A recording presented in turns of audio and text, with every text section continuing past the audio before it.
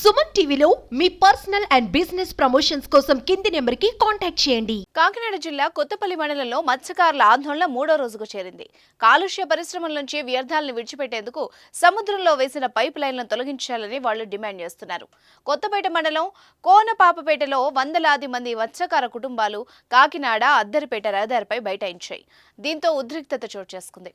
వ్యర్థాలని సముద్రంలోకి వదలడం వల్ల మత్స్య సంపద తగ్గిపోయే ప్రమాదం ఉందని, తమ జీవనోపాధిని దెబ్బతీసే పైప్ లైన్లను తక్షణమే తొలగించాలని నినాదాలు చేశారు. 3 రోజులుగా నిరసన వ్యక్తం చేస్తున్నా పట్టించుకునే వాళ్లే కరువయ్యారని ఆవేదన వ్యక్తం చేశారు. రోడ్డుపై బోటును తగలబెట్టి నిరసన తెలిపారు. కొందరు ఆందోళనకారులు ఒంటిపై పెట్రోల్ పోసుకొని ఆత్మహత్య చేసుకుంటామని హెచ్చరించారు. స్థానికులు వాళ్లను అడ్డుకున్నారు. రహదారిపై బైఠాయించడంతో ఇరువైపులా ట్రాఫిక్ అంతరాయం ఏర్పడింది.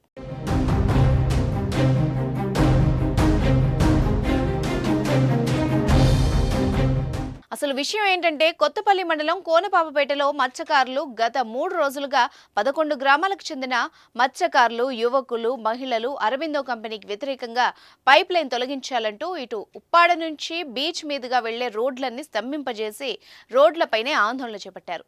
దీంతో ఉప్పాడ నుంచి అద్దరిపేటకు వెళ్లే వాహనదారులు ఇబ్బందులకు గురవుతున్నారు.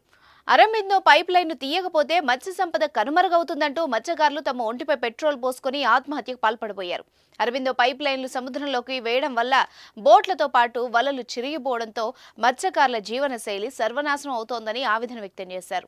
ఒక బోటుపై 30 కుటుంబాలు ఆధారపడి ఉంటాయని, బోటు దెబ్బతింటే ఆ 30 కుటుంబాలు రోడ్డున పడతాయని, దయచేసి అధికారులు ఈ పైప్ లైన్లు తొలగించాలని ఎన్నోసార్లు ఆందోళన చేపట్టినప్పటికీ అధికారులు వచ్చి హామీ ఇచ్చి వెళ్తున్నారే తప్ప ఖచ్చితమైన హామీ ఇచ్చి పైప్ లైన్లు తొలగించట్లేదని ఆగ్రహం వ్యక్తం చేశారు.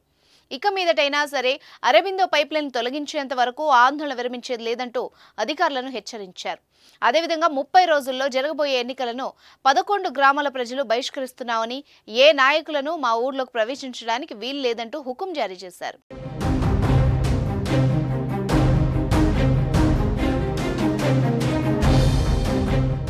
మేము సంప్రదాయ మత్స్యకారులు అండి.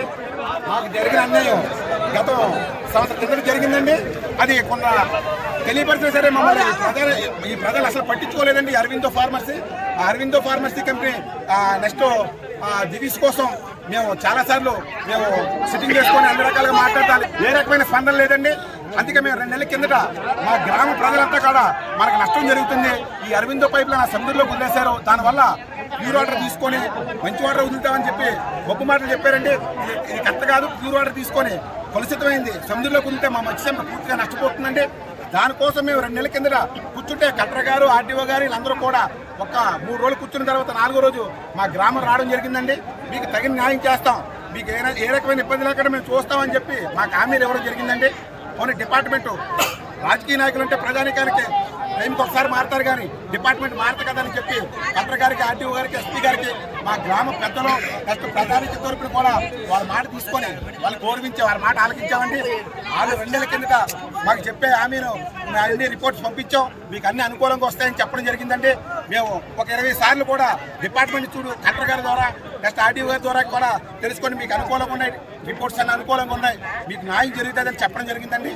మాకు ఈ 2 నెలలు మాకు ఒక 20 సార్లు తెప్పించుకొని మొన్న తొలిసారి ఒక 1 వారం రోజుల కింద వెళ్తే మాకు మళ్ళీ పంపించాలి రిపోర్ట్స్, మళ్ళీ వస్తాయి, ఈ దివిస్తే ఇవన్నీ కూడా మీరు ఒకసారి పంపించాలి, మీకు వస్తాయని చెప్పి మమ్మల్ని మొగ్గు పెట్టడం జరిగిందండి.